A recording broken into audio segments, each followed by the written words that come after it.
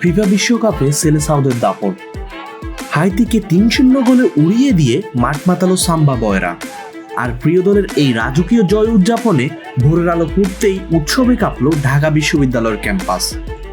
শনিবার সকালে বিশ্বকাপের গ্রুপ সি এর এই ম্যাচটি উপভোগ করতে ডাভিড টিএসসি আর মহসিন হল মাঠে জড়ো হন হাজারো ফুটবল প্রেমী।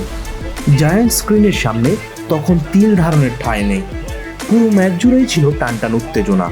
ব্রাজিলের প্রতিটি আক্রমণ আর গোলের সুযোগে দর্শকদের মাঝে দেখা গেছে চরম উত্তেজনা, আর চোখ আটকে ছিল বড় পর্দায়। আর শেষ বাঁশি বাজতেই সব অপেক্ষার অবসান। ৩-০ গোলের দাপটে জয়ে উল্লাসে ফেটে পড়েন হাজারো সমর্থক। চারদিকেই তখন শুধু হলুদ সবুজ পতাকার ওড়াউড়ি, ভাত ভাঙা স্লোগান আর জয় উল্লাস। প্রিয় দলের এমন জয়ে ফুটবল উন্মাদনার এক অনন্য জোয়ারে ভাসছে ঢাকা ইউনিভার্সিটি ক্যাম্পাস।